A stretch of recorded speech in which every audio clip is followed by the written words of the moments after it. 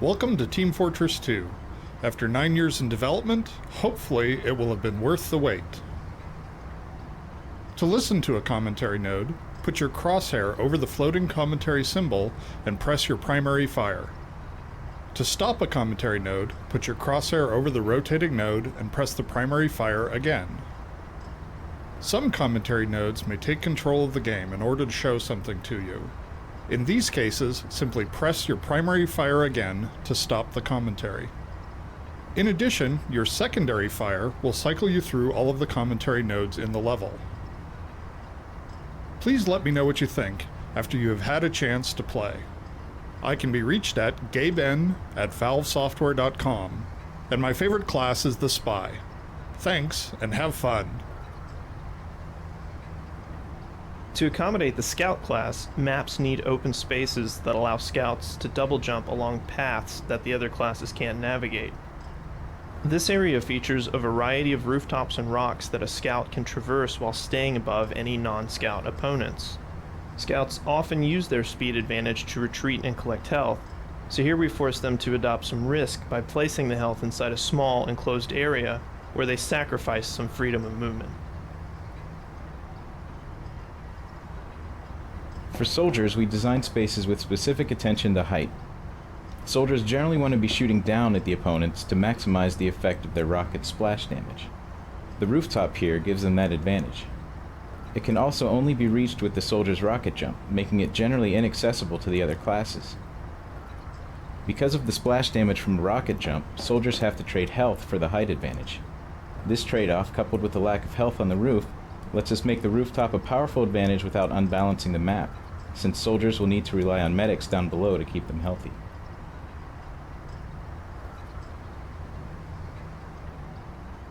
When designing areas for high levels of combat, we try to avoid complexity and chaos. Complex geometry confuses players, making it hard for them to track enemies and interfering with their movement and aiming during combat. The most chaotic combat tends to occur when the size of the room fails to support the number of players fighting in it. In this final area of the map, we wanted a free-form battle to rage for some time before anyone could achieve a decisive victory. To achieve this, we built a wide-open area with several entrances and gave players a variety of attack and defense options at various heights. Rather than depend on elevators and ladders, we relied on ramps, since these allow freedom of movement at all times instead of confining players.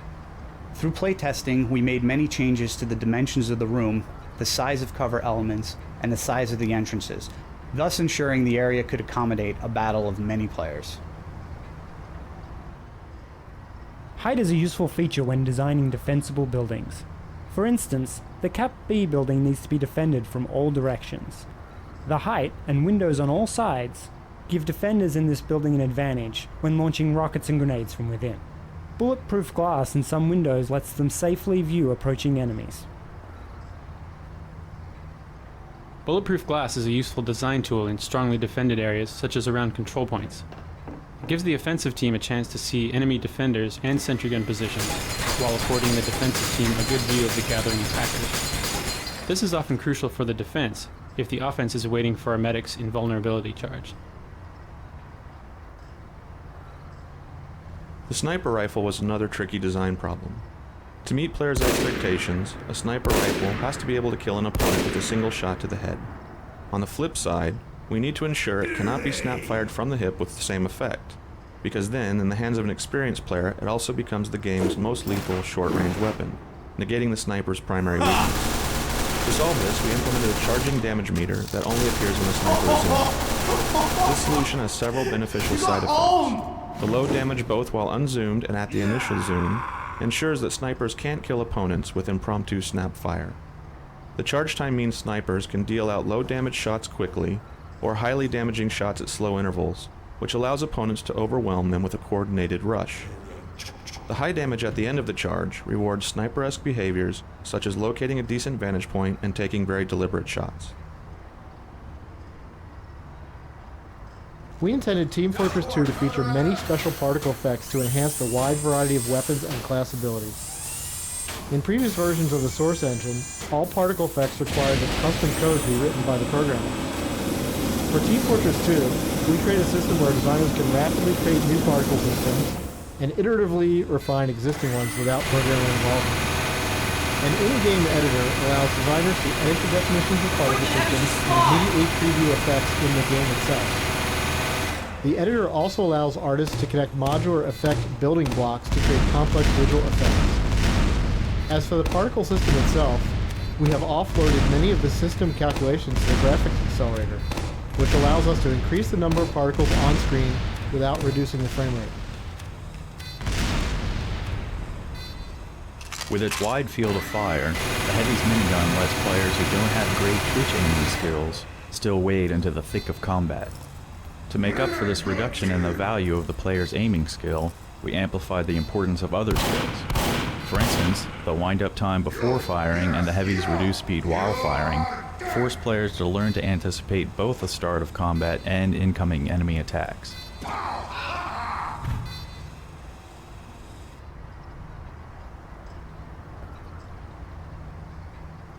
That spy ain't one of us!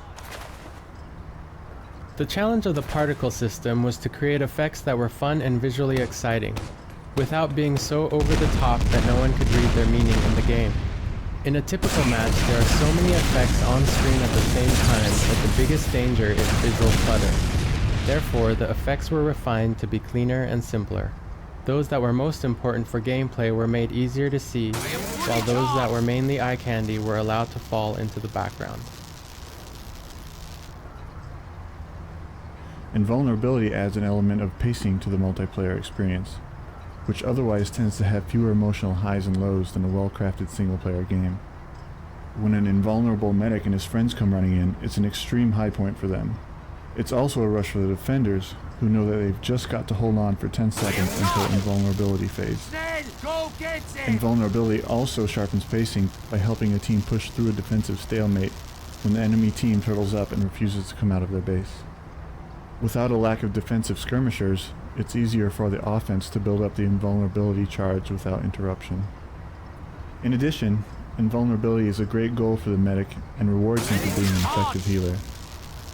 We encourage the behavior by adding more charge when the medic is healing injured teammates than when he's healing ones who are already at full health. In multiplayer games, the content players consume is largely generated by other players. To enhance this, we added features designed to promote relationships between players. For example, the freeze cam shot of a player's killer helps the player remember specific troublesome opponents. The Nemesis feature adds an additional reminder that certain enemies are more significant than others.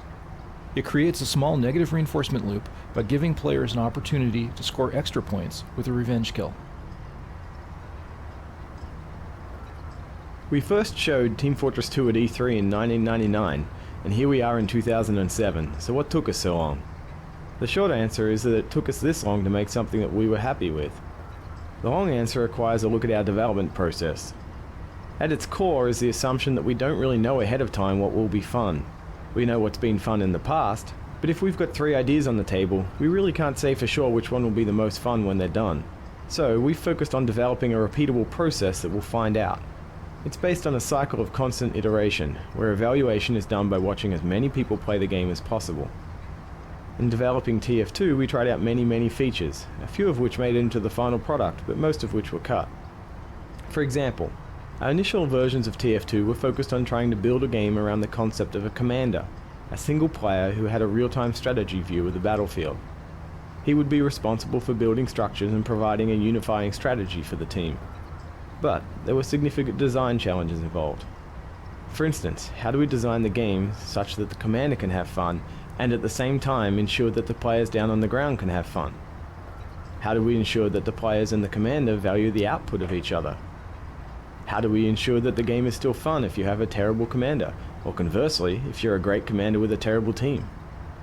We spent many months working on these and other issues, and never really reached a point where we were satisfied. In addition, our game had become overly complex, due to our attempts to add a strategy layer deep enough to warrant the addition of the commander in the first place. In the end, we made the hard decision to remove him from the game and moved on. Critical hits are one of the features that resulted from our focus on pacing. The critical hit system attempts to slightly influence the highs and lows of the game by increasing the chance of a critical hit based upon the player's recent performance. In summary, the better you're doing, the more likely you'll continue to do well. This helps create those rare high moments where a single player goes on a rampage and gets 3 or 4 kills in rapid succession. The Demo Man is the most versatile combat class, capable of rapidly switching from strong offensive pushes to defensive area denial. He is the only indirect fire capability in the game, allowing him to take out sentry guns around the corner, and his sticky bombs give him a grenade jumping ability similar to that of the soldier's rocket jumps. His sticky bombs can also prevent enemies from moving through doorways, cover a retreat, and defend control points even when the Demo Man is somewhere else. The Medic is the main support class. Previous support classes we've designed had a variety of problems. They didn't require much skill because they stayed back in defended areas, which also kept them out of the funnest parts of the game.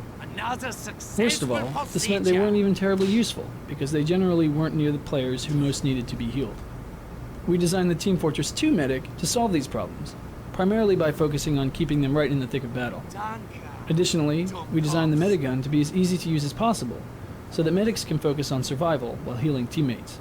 Virtually no aiming is required, which lets medics concentrate on following their heal target, who has a huge incentive to keep his medic benefactor safe.